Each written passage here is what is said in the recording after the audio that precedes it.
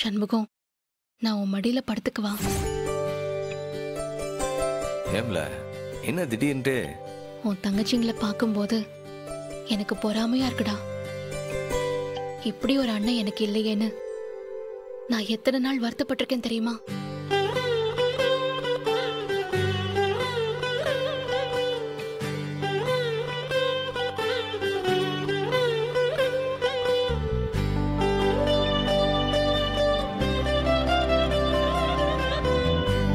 I am so blessed.